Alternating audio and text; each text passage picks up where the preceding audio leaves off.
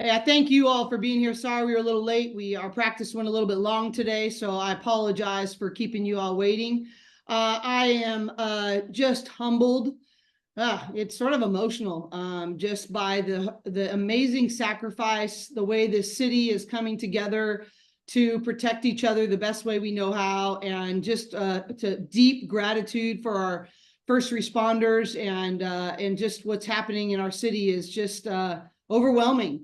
But I'm also so confident in the city's resilience, its unity, its find a way mentality. And I just know Angelinos are going to find a way to come back stronger, but the hurt is real and deep right now. And we just want to say thank you to everybody that's fighting to save structures and, more importantly, save lives.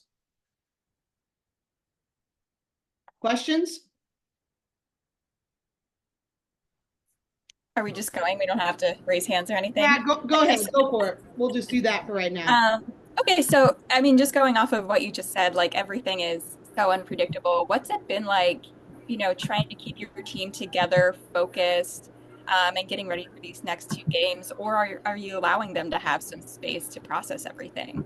Well, we didn't actually practice. Today's our first practice. We've been off for the last 2 days. And so we've only been talking to each other over the phone or FaceTime. And so we gave them space right away. We took 2 days off and just tried to care for each other. Even our staff, we had nightly check-ins to make sure everybody was okay and what was going on there. We're all over the city, obviously. And so we did take some time, but that was one of the things that we said after practice today is, you know what, we still get to play the sport we love. And just because there's so much hurt going on right now and difficulty doesn't mean we shouldn't still find joy in playing this game that we love and be committed to that. So I think we've been trying to just be honest about the realities of our situations, and everyone's feelings are valued, and at the same time, not feeling guilty to continue to commit to and our craft and to give to each other and play the game we love, because we also know that's a way to bring joy to others too. Did anybody have to evacuate from your staff or anything? I know a lot of girls are from out of state, so. Right, right. And I think that's been scary. One of our players said in film today, she said, it's sort of like, I know intellectually I'm okay, but it's sort of like being in Kansas for the first time and having to be a tornado in Kansas. And it's far away, but you still have never experienced that. So it's still so scary. So I do think there's some anxiety there, no question.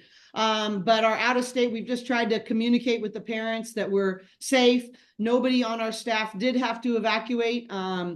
Myself and Tony are probably two of the ones that are in the most fire zone areas, and we've been really blessed that the winds have taken. We're really close to the edge of the Palisades fire, but the winds took it the other way, and it's almost like you don't even want to say it because so many people have it so much worse. But we've been very fortunate that the winds went the opposite way from where we are. Hey, Cori, Jim Alexander from Southern California News Group. Cori was saying that there hadn't been a decision made yet on Sunday's game.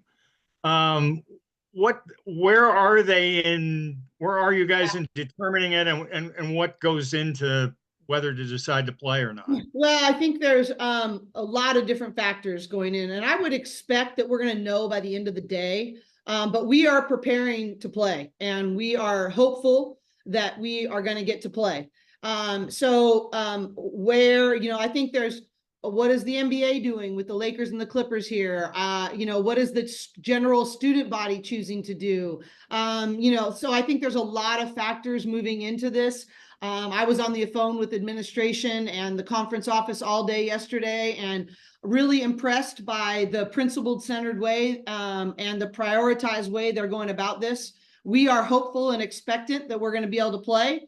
And we don't care where we have to play. we just want to compete and play. So we'll, I'm pretty confident that you're going to be able to know something by the end of the day. Is the Big Ten involved in Yes. the discussions? Okay. Yes. Mm-hmm. Cori, this whole thing brings back all the pandemic times to me. I just feel like, wow, it just feels like exactly the same thing. And I don't know how you live with being in the fire danger. So my hat is off to you. But knowing that you guys know how to pivot a little bit, can you maybe comment on your strong start in Big Ten play and what you guys were and probably still are looking forward to with these next two upcoming matchups as far as what challenges lie ahead? Yeah, I think one of the things that you said that really hit me is that we've already known how to pivot, and I think that's what Pam and I said to each other last night. We said, "This is what we do. We find a way. We don't, like we can't control this, but this is we don't we know how to do this. We know how to lead through this." And that, I guess that's one of the unintended consequences of going through the pandemic is that I have a lot of confidence in how to lead through these scenarios because we had more shutdowns and time away from campus than any other university in the entire Division I. So, and I also believe our players are well equipped. We were at Indiana and we stayed 6 minutes from the arena, and our bus driver got lost, and it took us 47 minutes, and we were like way late to the game. And it was so amazing. Our players, I think, handled it better than I did.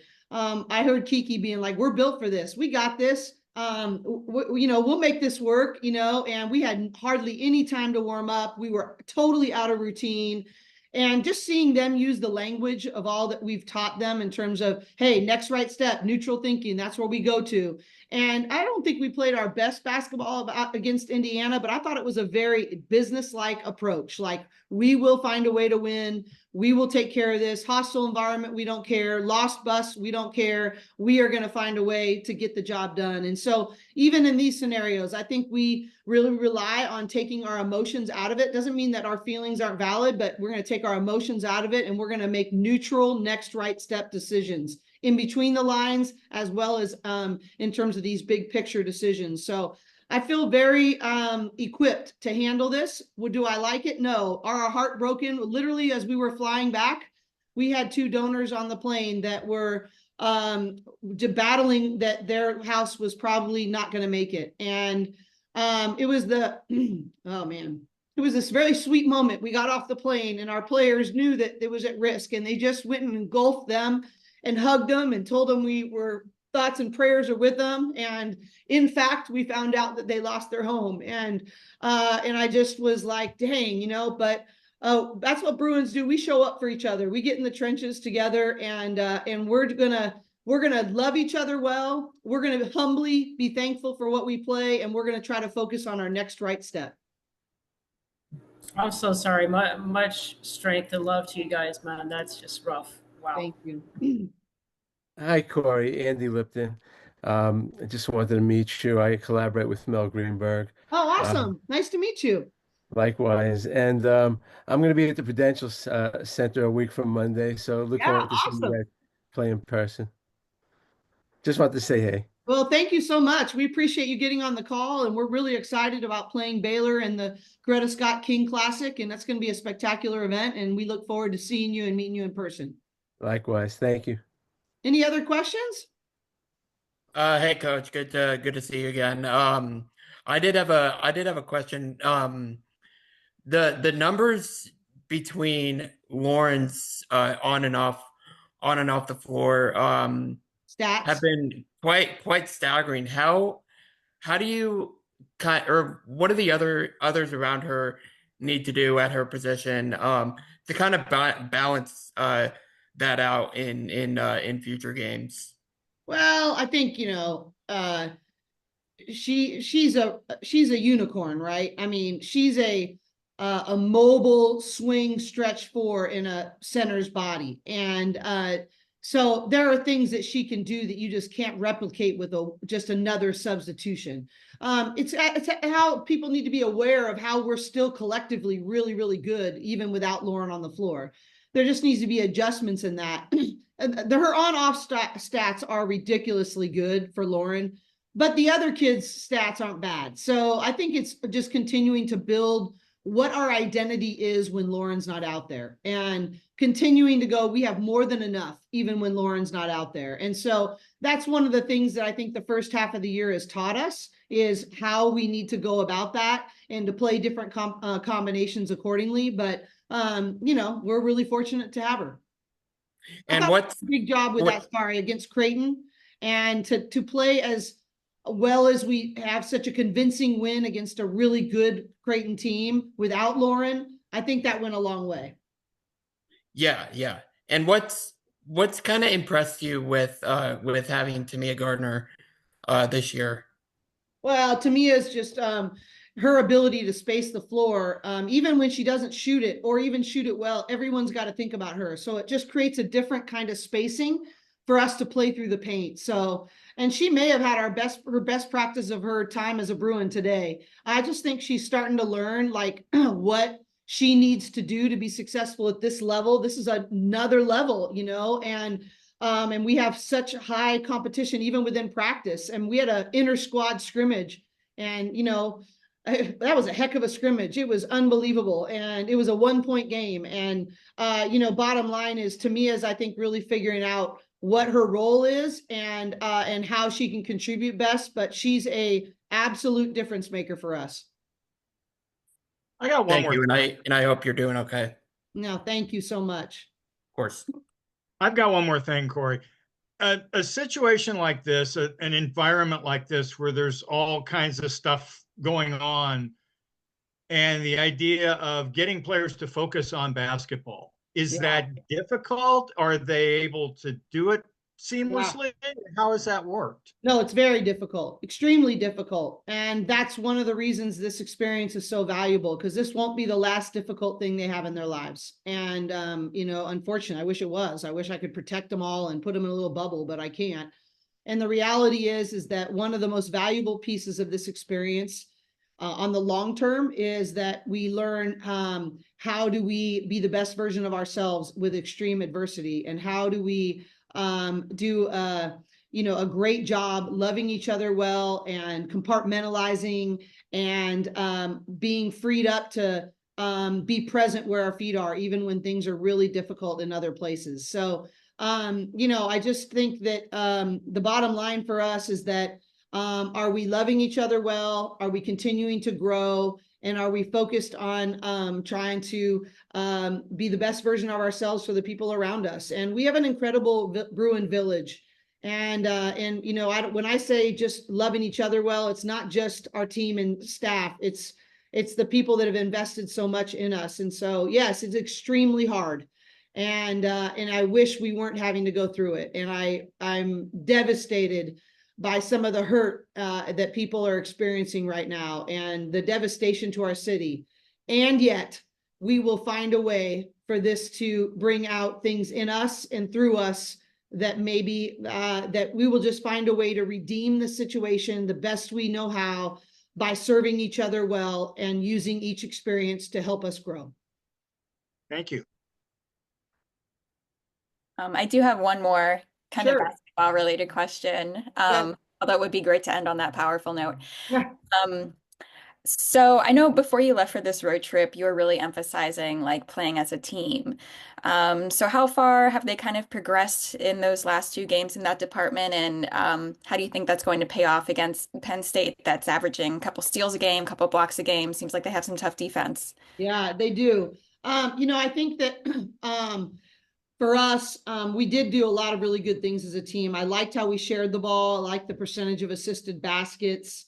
But you would never have known I was pleased with that in our film session, because there are so many areas. I think we need to become, I showed them several clips where we were not a very good team, but we still got rewarded because we're really talented and really skilled.